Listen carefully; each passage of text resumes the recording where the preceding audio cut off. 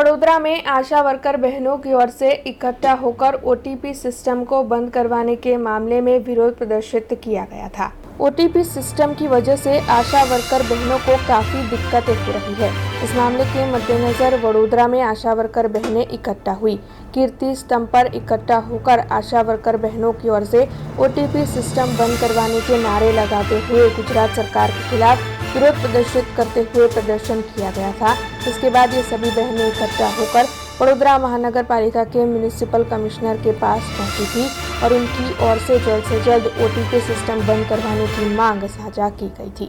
जी गुजरातमांथी बरोडानी अंदर एक pilot project आव्यो छे आरोग्य विभागनो HMIS health management information service. तो आ कामगीरी आशा वर्कर बहनोने सोंपवामां आवी छे। बहनों करी पण रही छे, परंतु आनी अंदर ओटीपी सिस्टम लागू कर्यो छे के दरेक व्यक्तिना मोबाइलमांथी ओटीपी लेवामां आवे, त्यारबाद ज आशा वर्करना मोबाइलमां एनुं रजिस्ट्रेशन थाय। RBI જ્યારે જાહેરાત કરતી હોય કે કોઈ વ્યક્તિએ પોતાનો ઓટીપી આપવો નહીં, તો પબ્લિક શા માટે પોતાનો ઓટીપી આપે? એકવાર નહીં સર, 1000 વાર વિચાર કરશે। જનતાની આની અંદર સુરક્ષાનો સવાલ છે, એમના ડેટાનો। 2 દિવસ પહેલાં બનાવ બને એક આશા વર્કર બેને ઓટીપી લીધા અને કોઈના 40,000 ઉડી ગયા અને ભારે હોબાળો થયો। માંડ પરિસ્થિતિ શાંત પાડી છે।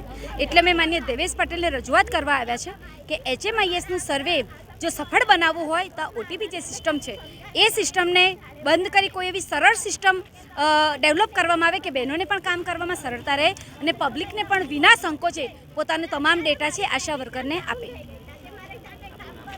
मारू नाम महिला शक्ति सेना प्रमुख चंद्रिका सोलंकी।